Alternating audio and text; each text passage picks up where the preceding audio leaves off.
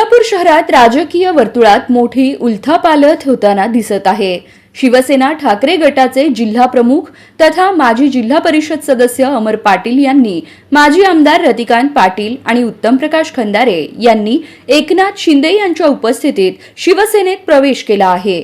तर शिवशरण पाटील यांचा पक्षप्रवेश काही कारणास्तव लांबणीवर पडला। दुसरीकडे याच वेळी एकनाथ शिंदे यांनी सोलापूरकरांसाठी एक धक्का दिला।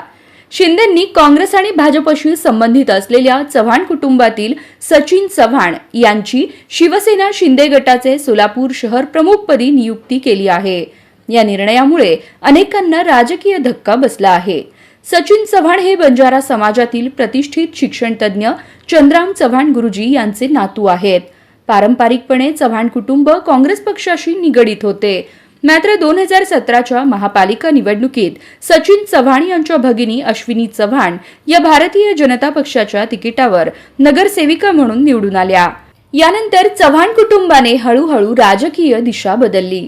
सोलापूर दक्षिण विधानसभा मतदारसंघाचे आमदार सुभाष देशमुख यांचे कट्टर समर्थक म्हणून सचिन चव्हाण यांची ओळख होती।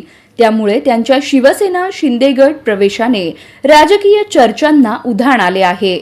शिवसेना शिंदे गट प्रमुख व उपमुख्यमंत्री एकनाथ शिंदे यांच्या उपस्थितीत सचिन चव्हाण यांना शहर प्रमुख पदाचे नियुक्तीपत्र देण्यात आले।